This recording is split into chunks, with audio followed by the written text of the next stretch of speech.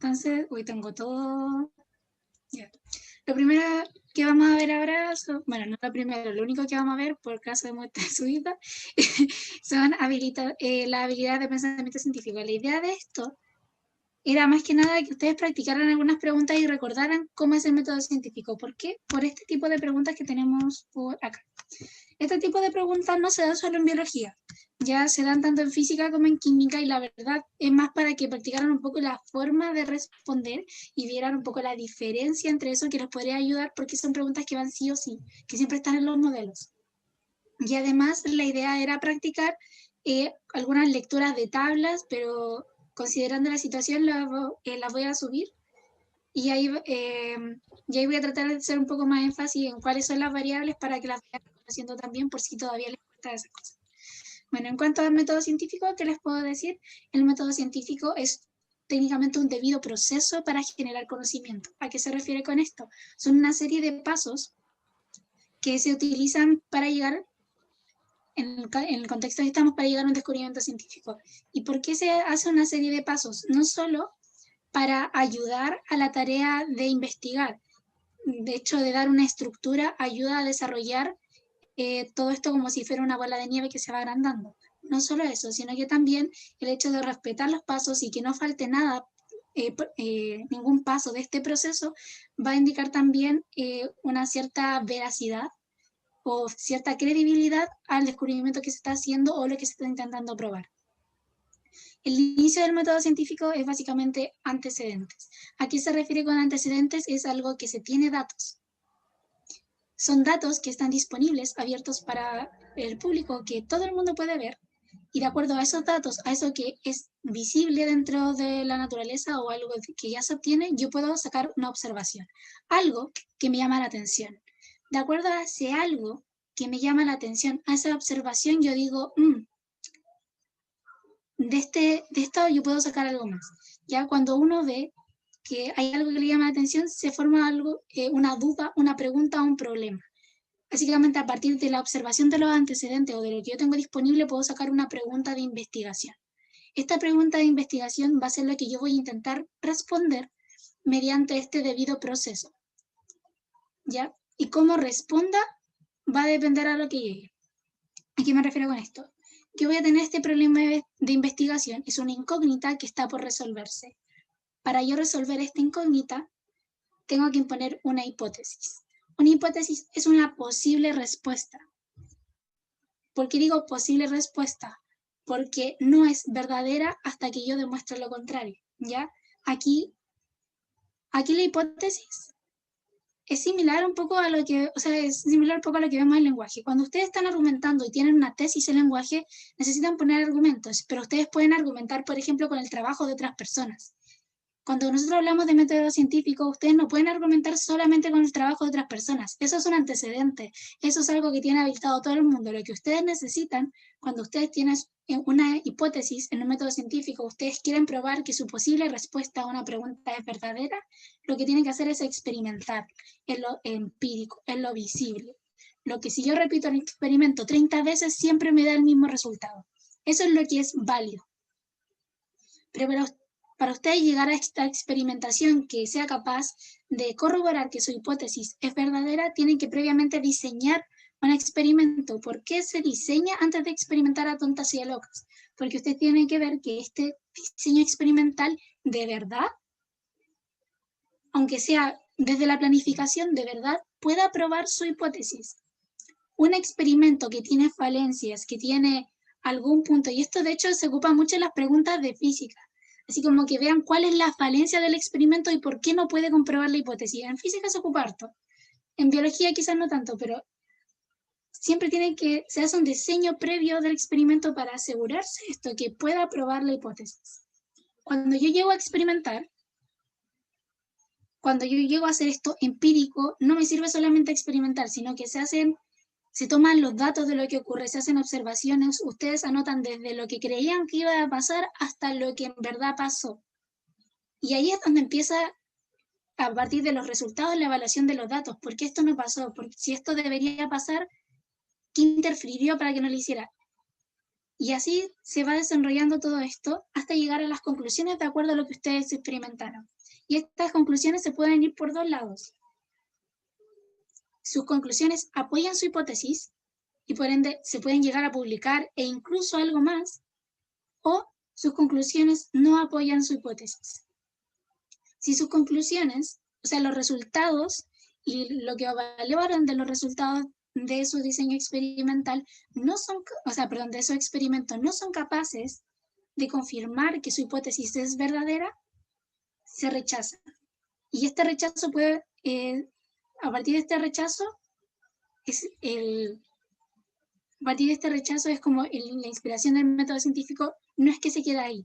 El rechazo en el método científico no es nada. El rechazo es solamente un paso. ¿Por qué? Porque el método científico es ensayo de error, una y otra vez. A partir de este rechazo, ustedes tienen que primero revisar su diseño experimental. A ver si yo la hipótesis que tengo de verdad podía ser probada mediante experimento. Quizás dejé una variable fuera que interfería y no me di cuenta. Pero si yo reviso de verdad el diseño experimental y me doy cuenta de que no hay forma de que pruebe mi hipótesis, o incluso puede pasar de que el experimento que hice prueba que mi hipótesis es falsa, lo que hago es reformular mi hipótesis. Y el reformular mi hipótesis no se queda ahí. Significa que reformulé mi hipótesis, hice una nueva, por ende tengo que hacer un nuevo diseño experimental y un nuevo experimento y todo comienza otra vez. Todo esto se debería repetirse hasta que se lleguen a las conclusiones que son aceptadas, que se pueden publicar. Si esta hipótesis es aceptada e incluso se puede trabajar más a partir de ella, puede que en algún punto se llegue a una teoría.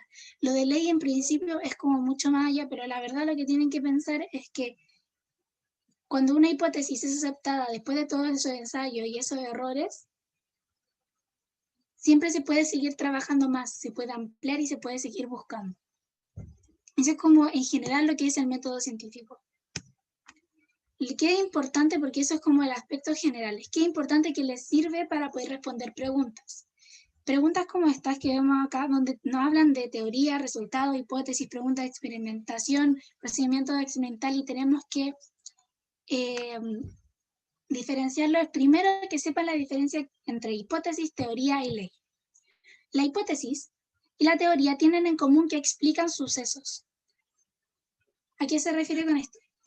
Recordemos que nosotros hacíamos una observación, de acuerdo a los datos que teníamos, generábamos una pregunta de investigación y la posible respuesta a esa pregunta de investigación era la hipótesis. Por eso se habla que es la explicación de un suceso, porque es a partir de lo que yo veo, cómo lo explico, el por qué sucede. Entonces, repito, la hipótesis sería la explicación a un suceso, pero que es provisional. ¿Por qué es provisional? Porque no ha sido probada empíricamente.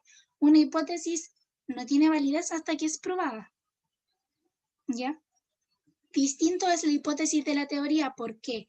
Porque la teoría en algún punto fue una hipótesis, pero esta hipótesis fue probada, fue aceptada, fue generalizada, se puede explicar mediante distintos modelos, mediante gráficas, tiene datos de por medio que son útiles, tiene muchas cosas, o sea, la teoría es un nivel mucho más allá de la hipótesis, a pesar de que la teoría también explica sucesos. Pero ¿qué diferencia, por ejemplo, una teoría de una ley? Principalmente que la teoría no es absoluta. Es teoría porque hasta cierto punto, o sea, se considera verdadera, se considera creíble, pero solo hasta cierto punto. ¿Por qué? Porque las teorías frecuentemente tienen excepciones, es decir, se cumple para todos los casos excepto para uno. Y el hecho de que haya un excepto para uno ya implica que esa teoría tiene falencias, como una silla media coja. Y a lo largo que pasa el tiempo y que el conocimiento va evolucionando, porque el conocimiento en ciencias sobre todo y en conocimiento en general siempre va mutando. Eso hace que las teorías generalmente sean refutadas después de mucho tiempo o de corto tiempo, dependiendo cómo sean. ¿A qué se refiere con refutar una teoría? Refutar una teoría es que otra persona imponga otra teoría con pruebas que indica que la teoría que estaba previamente está errada.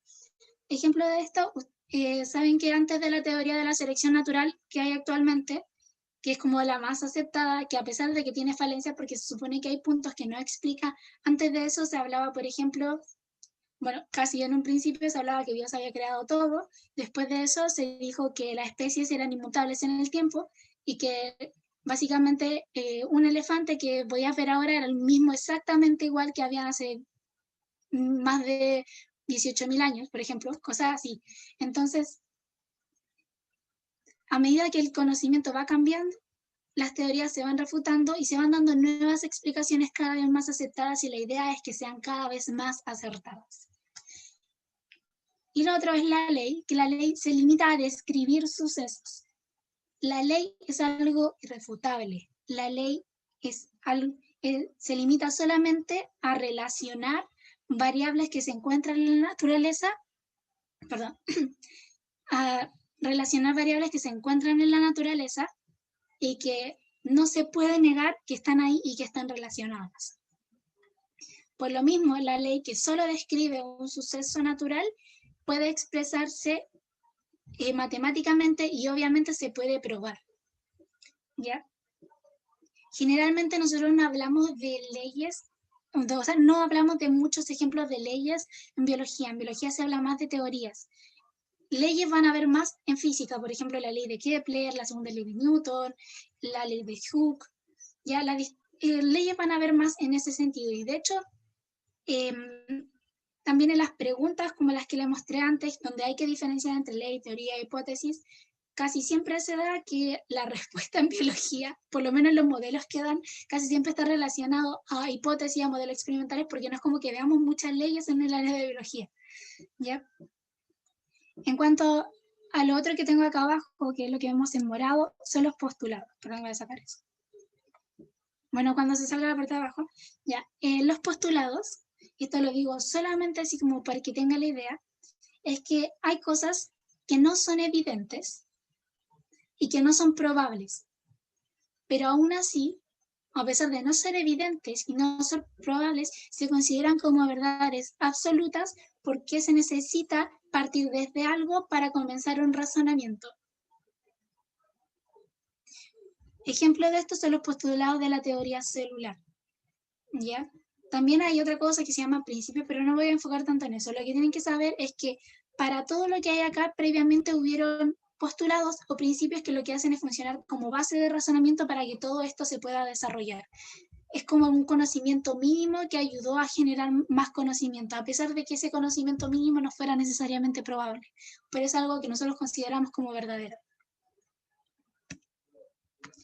Lo otro que tenemos acá es procedimiento experimental. ¿Qué es importante del procedimiento experimental? Ya les dije que ustedes necesitaban una prueba empírica siempre. Y esta prueba empírica es un experimento que comprueba o que refuta la hipótesis, depende del enfoque que se le quiera dar.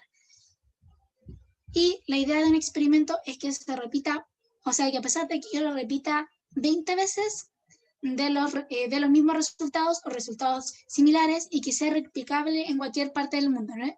No es como que si lo hago en mi casa funciona, no, es que funcione en todos los lugares en los cuales tenga las mismas condiciones de trabajo. ¿Ya? Eso es como parte de los requisitos para que un procedimiento experimental esté bien hecho. Y lo que más deben considerar de esto es que un procedimiento experimental tiene variables. Y aquí esto es importante que por lo menos entiendan la definición para que cuando hagan preguntas de, por ejemplo, lectura de tablas, de lectura de gráficos, sepan cuál es la variable dependiente, cuál es la independiente y cuál es la controlada. ¿Por qué? Porque se han visto muchas preguntas, esto sí que es más en biología, que, por ejemplo, le dicen, de acuerdo a este caso y a esta hipótesis, ¿cómo debería ser el procedimiento experimental que debería hacer? ¿O en qué me debería enfocar? ¿Qué valores debería alterar para probar lo que tengo acá arriba? Que esas son preguntas que sí se ven. Y para eso tienen que saber diferenciar las variables. La primera variable que vamos a tener son las variables independientes, las que en un gráfico ven como el eje X. Las variables independientes, las que están en el eje X, no dependen de otra variable. Y de hecho, las independientes son siempre las que se manipulan.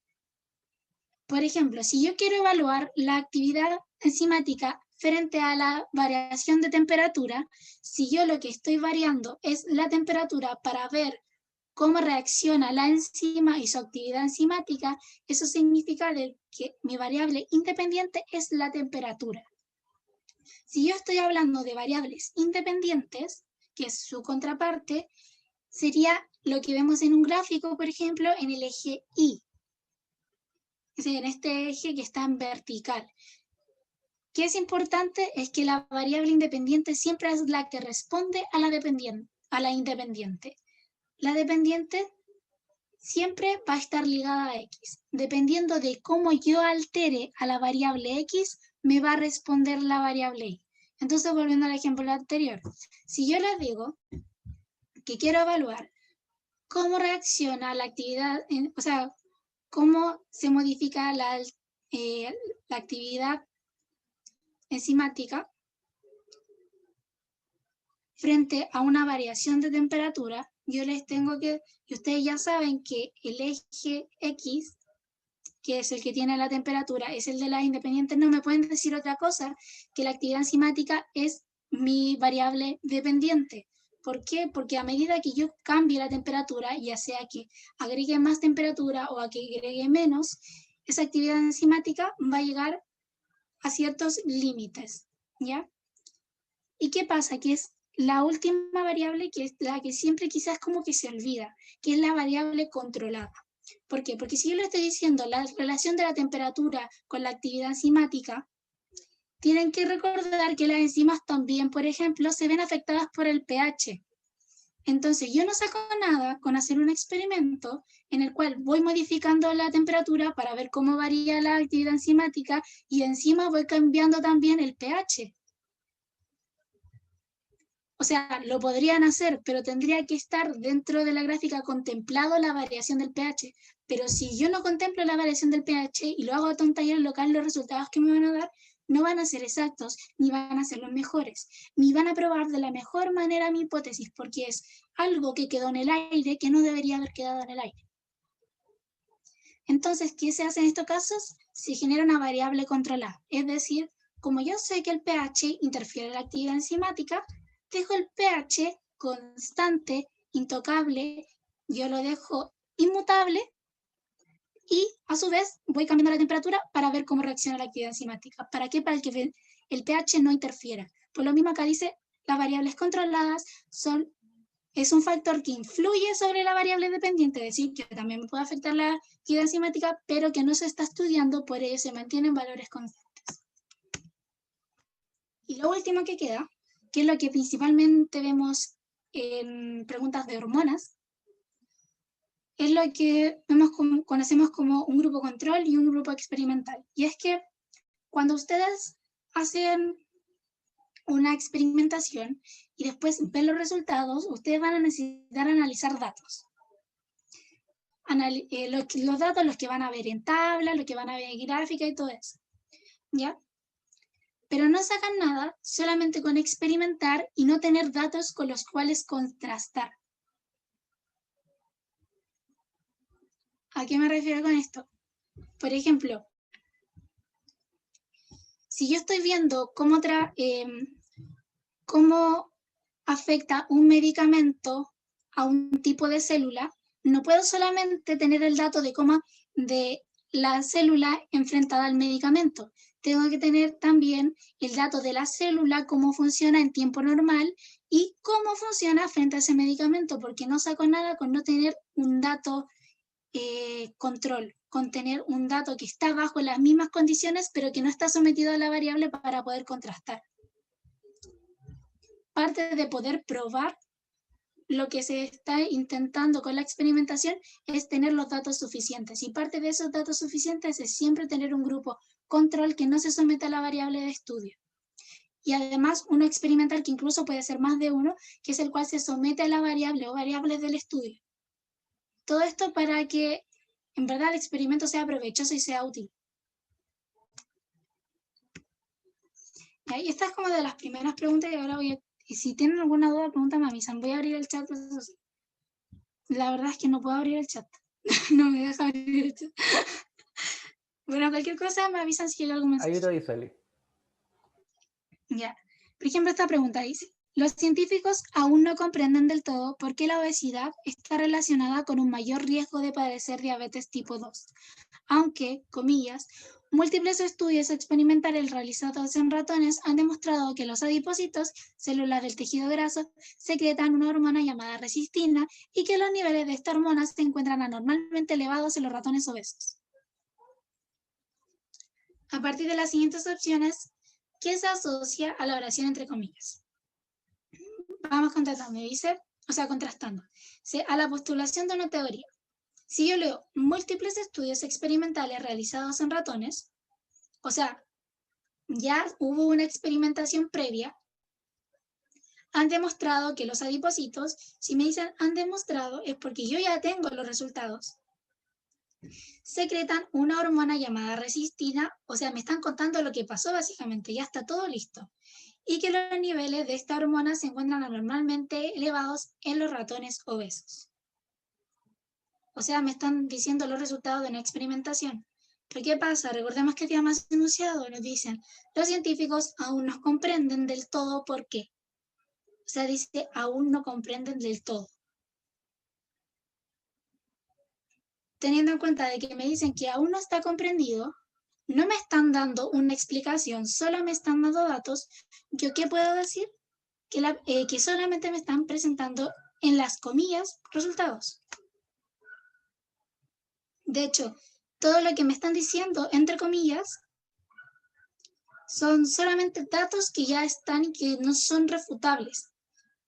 No se pueden contradecir porque me están diciendo que así sucedió. ¿Y cómo yo lo puedo diferenciar, por ejemplo, de que es una teoría, que es una hipótesis, una pregunta de investigación y un procedimiento experimental? En estos casos tengo que ver la redacción. Por ejemplo, si hubiera sido una postulación de una teoría, yo tendría una afirmación la cual está respaldada por datos y no me hubieran dicho aún no comprenden. Si hubiera sido una hipótesis, estaría en un lenguaje de afirmación, pero no de total seguridad. ¿A qué me refiero con esto? Por ejemplo, estaría redactado en verbos que terminan en ia o me dirían la palabra puede, podría, debería, tendría. Son cosas que yo cuando lo lea me voy a dar cuenta de que no están probadas y lo vamos a ver un poco más adelante porque hay como 8 pruebas. La verdad es que al DEMRE le gusta mucho la hipótesis como respuesta para esta pregunta, así que vamos a ver los distintos tipos de hipótesis que se pueden ver en este tipo de preguntas, ¿ya? La otra dice la formulación de una pregunta de investigación. Para formular una pregunta de investigación me tendrían que abrir un cuestionamiento, y yo no veo un cuestionamiento, solo me están diciendo hechos. Incluso el hecho de que no comprendan es algo que me lo están simplemente diciendo. Y lo otro me dicen la descripción de un procedimiento experimental. Para que sea la descripción de un procedimiento experimental debería tener paso a paso lo que se hizo. Y aquí no veo pasos. Así que por eso la alternativa correcta era la B. Otro ejemplo que tenemos es que en evolución se plantea que, comillas, en la medida de que las variaciones en las especies sean favorables, estas tienden a ser preservadas. Cierra comillas. Mientras que las desfavorables son eliminadas. El resultado de este proceso puede llevar a un nivel de diferenciación tal que puede conducir a la formación de nuevas especies. Dice, a partir del contexto anterior, la oración, entre comillas, corresponde a, me dicen, en la medida que las variaciones en las especies sean favorables, estas tienden a ser preservadas. Y aquí, porque a mí me pasó en su momento, así que yo creo que a más de alguno le va a pasar, que esto les suena como a teoría de evolución. Entonces uno dice, esto es una teoría. El problema es que, miren esto. Esta pregunta es una hipótesis. Y ahora vamos a ver por qué, y no les puedo marcar porque es una foto, pero vamos a tratar de poner atención en las palabras que hay aquí para que sea una hipótesis, porque les gusta estos juegos. Dicen, en evolución se plantea, en la medida que las variaciones en las especies sean favorables, estas tienden a ser preservadas. Me hablan de una tendencia, o sea, de algo que no es seguro y que no pasa siempre así. Cuando yo les dije que era una teoría, ustedes me dijeron, o sea, les dije que podía refutarse porque generalmente siempre tenía como un caso que no cubría, pero esto ya es mucho. Entonces no podríamos hablar como de una teoría de por sí, porque el hecho de que tiendan a ser preservadas es como muy general. Pero vamos a seguir viendo. Dice, mientras, porque esto parte del mismo enunciado, independiente de que esto entre comillas, o sea, me pusieron una coma solamente, esto es la misma historia. Dice, mientras que las desfavorables son eliminadas. El resultado de este proceso puede llevar, es una posibilidad, a un nivel de diferenciación tal que puede, es una posibilidad, conducir a la formación nueva de especies. Si después de estos puede que están en el aire, siguen pensando que podía ser tanto una teoría como una hipótesis, porque obviamente la ley está descartada, recuerden que no estamos describiendo un proceso, estamos dando una explicación, están explicando la evolución. Si aún tienen dudas de que podría ser una teoría o una hipótesis, nos vamos a incluso lo más propio de la definición. La hipótesis es algo que se dice pero que aún no se prueba. Y esto no tiene ninguna prueba. Me están hablando de tendencias, de algo que puede o no puede, podría o no puede ser, pero no está probado. Yo no tengo nada que me diga que esto es real. Yo si es la primera vez que lo leo, ¿por qué me lo tendría que creer? Cambio, una teoría debería tener algún tipo de prueba, independiente de que esté en un párrafo. Independiente de que esté en un párrafo, aunque estuviera en un párrafo, tendría que haber algo que me dijera que eso tiene algún tipo de prueba. Y como no lo tiene, yo tengo que descartar la teoría. Así que este juego que pusieron acá como de poner evolución para que ustedes dijeran, ¿es la teoría de la evolución? No. Aquí tienen que ver la redacción y no importa el tema que les ponga, porque muchas veces van a hacer eso. Les van a poner un tema que ustedes conocen y van a jugar con lo que tengan. ¿Por qué? Porque estas son las típicas preguntas que parecen tonteras, pero que les bajan el puntaje. La siguiente pregunta que tenemos dice, un grupo de científicos sospecha que la entrada de una molécula X al interior de determinadas células ocurre mediante un transportador. La sospecha de estos científicos constituye. Yo creo que esta está mucho más clara que la anterior en cuanto a lo que es. Nos dicen, un grupo de científicos sospecha. La sospecha indica que no hay certeza. Si yo tengo algo que no hay certeza y que proviene de una observación, probablemente es una hipótesis. Porque me están diciendo que la entrada de una molécula X al interior de determinadas células es una posible explicación. Lo que me dicen del transportador es una posible explicación. Y como me dicen sospecha, no una ni dos veces, porque me pudieron haber cambiado la palabra y ocupar un sinónimo para que no me diera cuenta, pero aquí por lo menos fueron un poco más amables y repitieron la misma palabra para que se dieran cuenta de la palabra sospecha. Yo puedo decir que esto es una hipótesis. Esta es mi posible respuesta a esta observación, a que hay una molécula, que hay una entrada de una molécula X. Yo observé que hay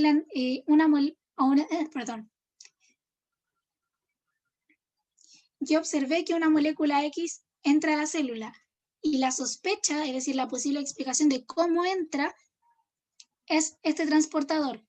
Pero repito, la redacción de estas preguntas es todo. Y no solo para biología, para química y para física también. Esta creo que es la última. Dice, la expresión de los genes implicados en el desarrollo de los ojos de las mariposas permite que éstas detecten pequeños cambios en la posición del sol y patrones de luz polarizada. La oración, estas propiedades les permiten orientar su ruta hacia fuentes de alimentos corresponde a. Aquí otra vez la ponen difícil en el sentido de que si ustedes lo leen de corrido, suena como algo obvio, casi como si fuera una conclusión obvia, ¿ya? Pero acá tenemos que otra vez volver a lo que es la redacción, dice.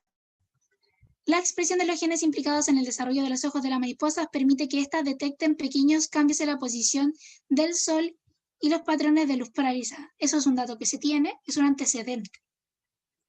Es algo que se sabe. El que yo diga estas propiedades les permiten, estoy dando una explicación. No sé si se da cuenta o si será tan visible.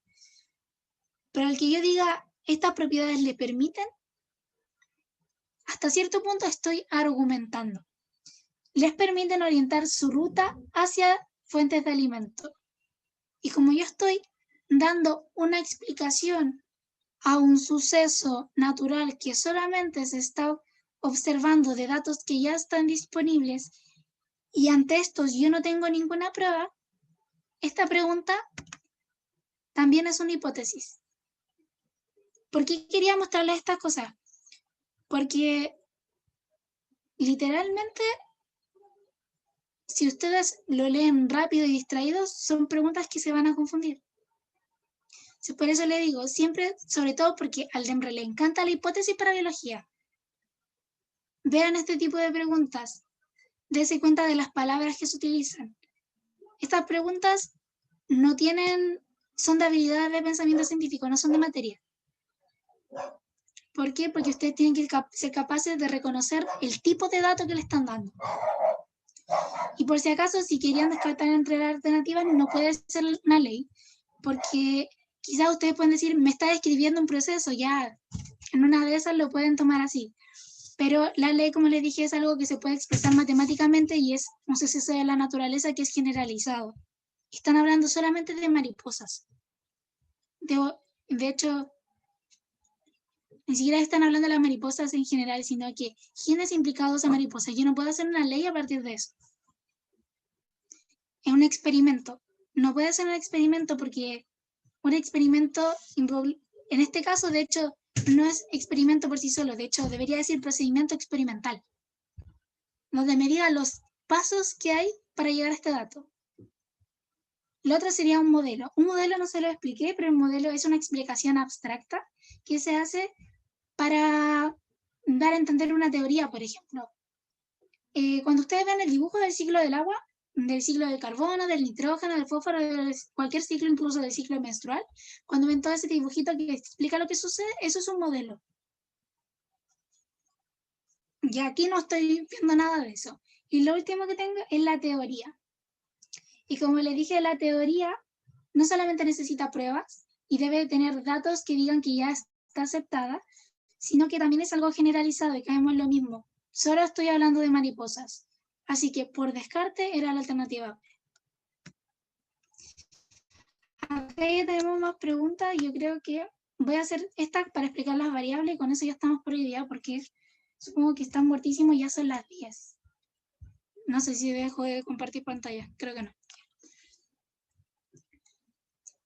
Cuando esta pregunta dice, se realiza un experimento para una proteína X con el objetivo de determinar bajo qué... Uy, perdón. Bueno, dice, se realizan... es que estaba tratando de sacar una notificación que me salía y apreté la pantalla. Se realiza un experimento con una proteína X con el objetivo de determinar bajo qué condiciones se desnaturaliza. Para esto se le somete a 3 medios diferentes y a 2 temperaturas. Bajo algunas de estas condiciones, la muestra cambia de color desde transparente a amarilla y aparece precipitado. Cuando esto ocurre, se considera que la reacción es positiva. Si la muestra se mantiene transparente y líquida, se considera una reacción negativa. O sea, cuando se vuelva amarilla y aparezca un precipitado, se asume que la reacción fue positiva y que hubo una desnaturalización. Cuando cuando se lee esto, quizás no es tan evidente, pero tienen que saber que hay 2 variables que se están manejando y está viendo cómo reacciona. O sea, lo que se está buscando es la desnaturalización. Pero no estoy cambiando solo una variable, estoy cambiando 2. Y estoy viendo cómo interactúan estas 2 variables. Entonces, quizás no es tan importante en este punto decir, esta es una variable independiente o esta influye más que la otra. Aquí lo importante es que sepan que tanto la temperatura como el medio en el que esté es importante y que ambos se están modificando, por lo que se puede decir que ambos van a afectar a la muestra de la proteína, y lo que yo estoy buscando como resultado final es la desnaturalización. Entonces, importante es que ustedes entiendan las variables en general, porque la verdad no es como que generalmente no se pregunta de forma específica, pero por lo menos que entiendan qué variables afectan directamente y cuál es el resultado que se busca esperar. Entonces, acá estamos modificando tanto la temperatura como el medio. Y de acuerdo a eso nos están diciendo, a partir de los resultados de la tabla, es correcto deducir que a 55 grados Celsius y a pH ácido, la proteína X se desnaturaliza. Tenemos que a 55 grados es lo de acá, y nos dicen concretamente a pH ácido. Quizás no saben cuál es el pH de la solución de NaCl. Es legal no saberlo, ¿ya? En este caso se supone que es un pH neutro. Pero aunque no lo supieran, siempre tienen que saber que el jugo de limón es ácido. O sea, aunque no estuvieran seguros del NaCl, por lo menos tienen que estar seguros del jugo de limón. Entonces, si me dicen a 55 grados Celsius y a pH ácido la proteína X se naturaliza, es algo que yo puedo afirmar. Pues me dicen, la acidez es más efectiva como agente desnaturalizante que la temperatura. Aquí es como más es una habilidad de evaluar, ¿ya? Pero tampoco es como algo muy complejo. Nos dicen, la acidez es más efectiva. La acidez es lo que tengo acá. Es decir, si yo considerara la acidez independiente de la temperatura, yo voy a decir que se va a desnaturalizar. Me dicen, es más efectiva como agente desnaturalizante que la temperatura. Pero yo veo que si mi temperatura es de 55 grados, no importa en qué medio esté, a pesar de que sean 3 medios distintos, sí se desnaturaliza. Y aquí entra un poco habilidades de evaluación. Si yo tengo que, frente a un medio ácido en el cual solamente tengo 2 tipos de temperaturas, se desnaturaliza, pero yo desconozco el resto de temperaturas, no puedo decir que es más efectiva que la temperatura por sí misma, porque la temperatura no depende del medio. Estamos viendo 3 medios distintos y aún así se va a desnaturalizar. Entonces, decir que la acidez es más efectiva como agente desnaturalizante que la temperatura no se puede decir. De hecho, se podría decir lo contrario. Y la última nos dicen, la desnaturalización afecta la solubilidad de la proteína. Y quizás ustedes van a mirar y van a decir, ¿y yo cómo sé de solubilidad? ¿De dónde lo saco? Y aquí es que se tienen que dar cuenta de que en estas preguntas el enunciado no es basura. ¿Ya? El enunciado no es algo que solo se lea a la rápida para mirar la tabla. El enunciado es importante. ¿Por qué? Porque mi prueba para decir que esto afecta a la solubilidad está en el enunciado. Cuando me dicen, bajo algunas condiciones, la muestra cambia de color desde transparente a amarilla y aparece un precipitado. O sea, que yo pase algo de transparente que está disuelto a algo amarillo y encima este precipitado es como un conjunto de soluto que está en el fondo, claramente está afectando la solubilidad. Entonces, yo puedo decir que la desnaturalización afecta a la solubilidad de la proteína, no por la tabla, lo puedo decir por el enunciado. Así que, o sea, lo puedo complementar con la tabla, pero la prueba está en el enunciado. Por lo tanto, yo puedo decir que la alternativa 1 y 3 es la correcta y que es la alternativa C. Yo sé que quizás como no es, les parece raro que haya puesto tanto énfasis en una pregunta, pero la verdad es que si a ustedes hacen un ensayo, vean en qué tipo de preguntas se equivocan. Es como cuando ustedes hacen un ensayo de matemática de lenguaje y dicen, me equivoco más en vocabulario o me equivoco más en geometría. Tienen que ver en qué tipo de preguntas se equivocan en todo el área de ciencias, porque a lo mejor tienen problemas en leer gráficos o tablas en general. Y quizás no es un problema de materia y lo que le está bajando el puntaje es que no tienen la práctica suficiente en leer datos. Era más por eso que quería hacer esto. Hay muchas preguntas más, pero las vamos a grabar para que puedan ir a descansar. Hay algo que quería aclararle a la Sofía Campillay. acerca de, ¿Sí? bueno, las diferentes tipos de soluciones. Está la insaturada, la saturada y la sobresaturada. En este caso, como te están diciendo de que cae un precipitado, lógicamente la solubilidad tendría que disminuir, o sea que la cantidad de soluto que se puede disolver en un medio líquido en cierta concentración va a ser menor. Por eso tiene que decantar este tipo de precipitado, ¿ya? O sea, va a decantar en forma de precipitado y eso me está diciendo de que la solubilidad está disminuyendo, ¿ya? Porque si tú te acuerdas, en la sobresaturada, en ese caso, cae precipitado, de hecho. Así que de eso puedes tú deducir que está disminuyendo la solubilidad. Eso, Sofía. No sé De si hecho, hay alguna pregunta más. La Pamela Lillo decía que volvamos a la anterior. Y el Felipe, o sea, perdón, el Nicolás había dicho que tenía dudas con la E de la anterior, que pensaba que la era E de la teoría. anterior. ¿Está? La que era antes del gráfico, no me acuerdo si era esa. Es que esta era la E. Ah, no, la E, ahí está. Esa de ahí. Y pensaba que era teoría. Ya, y sinceramente yo cuando hice esta pregunta la tuve mala. O sea, porque me tocó hacerla cuando yo estaba asistiendo a clases por mi cuenta de Preu. Y es como de este tipo de preguntas malditas que están hechas como para que tú te distraigas. Ya, pero eh, la razón por la que esto no es una teoría es porque primero me están diciendo, vean el inicio del enunciado, dice, la expresión de los genes implicados en el desarrollo de los ojos de las mariposas permite que éstas detecten pequeños cambios en la posición del sol y patrones de luz polarizada. Está todo en tono afirmativo, son todos hechos, son datos que ya se tienen. ¿Por qué hago referencia a esto? Porque cuando yo hablo de una teoría, quizás no... ¿Ustedes vieron toda esta tabla larga que les di acá? Y la teoría está bastante lejos de lo que podría ser un antecedente, un hecho o algo de lo que yo puedo sacar una observación. Bastante lejos. ¿Por qué? Porque la teoría es una hipótesis que ya fue aceptada, fue generalizada. En cambio, yo en esto que básicamente es como un antecedente, algo que me lo dicen que se da por hecho que es verdadero, lo más cercano a eso es la hipótesis. Lo más cercano que yo pueda decir al respecto va a ser la hipótesis.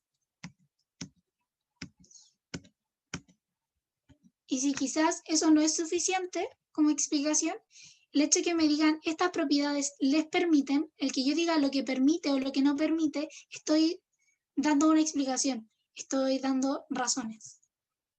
Y estas razones no están probadas. Y toda explicación que yo dé que no esté probada es una hipótesis. Porque a mí acá solo me dicen que detectan pequeños cambios en la posición de sol y en patrones de luz. Que yo diga que eso sirve para encontrar fuente de alimentos es una cosa, pero yo podría decir perfectamente que eso es porque a lo mejor justo este grupo de mariposas migra. Yo podría decir muchas cosas, pero nada de eso está probado. ¿Por qué? Porque el enunciado es demasiado corto como para que esté probado. Otra cosa, Pamela, me acuerdo ¿no? que también lo mencionamos en clase, que bueno, quizás no sea tan lógico, pero la hipótesis siempre, como va a tratar de explicar algo, nunca va a estar conformado mediante un IA. O sea, no podría decir bajo ningún motivo estas propiedades les permitirían o les generarían, jamás podría escuchar eso o leer eso, porque la hipótesis en sí es una explicación. Y tú cuando estás explicando no puedes explicar bajo una duda, tiene que ser una explicación bajo una certeza. Así que todo lo que sea afirmación y tengas antecedentes previos, lo podrías asociar a una hipótesis, ¿ya? Ojo con eso igual Eso por que un a lado. veces que si bien puede que no digan IA, en este caso se centran en la palabra puede. ¿Cuál es la diferencia entre un puede y un IA? La verdad no mucha, solamente que puede se nota como un poco más formal, pero la diferencia entre un puede y un IA es que un IA puede o no puede y un puede también puede o no puede. De hecho, lo mismo, solamente da un poco más de seguridad a la redacción, pero insisto, la hipótesis no es algo que esté probado. Y es que hacen juego con esa palabra, hablan de suposiciones y de cosas que pueden conducir, pero el hecho de que pueden es solamente una posibilidad.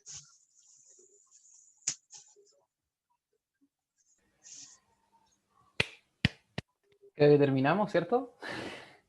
¿Sí? Creo A que ver, no, activemos no. las cámaras porque por último no reconozcan. Ay, no, qué indigno. Estoy hecha mierda. Ya, Disculpe la pero palabra, pero después de 12 horas trabajando, ¿tú crees que no le va a importar eso? Un poco de iniciativa. La verdad, yo quedé cansadísimo. Ya cuando estaba haciendo la clase de genética ya estaba muerto. Pero me gustó. Terminé feliz el día. Y eso puedo decir. Esto no sé si lo voy a repetir de nuevo. La verdad no sé si va a poder ser factible. Eh, pero lógicamente esperamos que le haya servido, pues esa es la idea. 13 horas de biología. Sí, yo no puedo abrir esto. de hecho es que yo tengo una ventaja, que puse el compu ahora en una estantería que tengo acá, entonces no estoy sentado, pues estoy parado, me puedo mover. Eso en realidad, nada más que decir. Cuando subamos las clases, si pueden compartirlas, se lo agradeceríamos. La idea es que llegue a ¿Ahí más puedo poner gente. la cámara? Hoy tengo la cámara. Una consulta antes de que se vayan, eso sí. Las grabaciones que vamos a hacer de los ejercicios, no de las clases, sino de los ejercicios, ¿quieren que las subamos a IGBT de Instagram o quieren que lo subamos a YouTube? Opinión general. Te dio la Necesitamos dislexia mal. opiniones. Es que te ve. Qué bacán IGTV. Bueno, es que muy poca gente en realidad pesca IGTV. Yo creo que mejor por YouTube.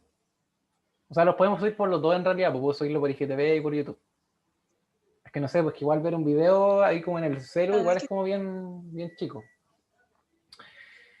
Uf. Necesito sacar...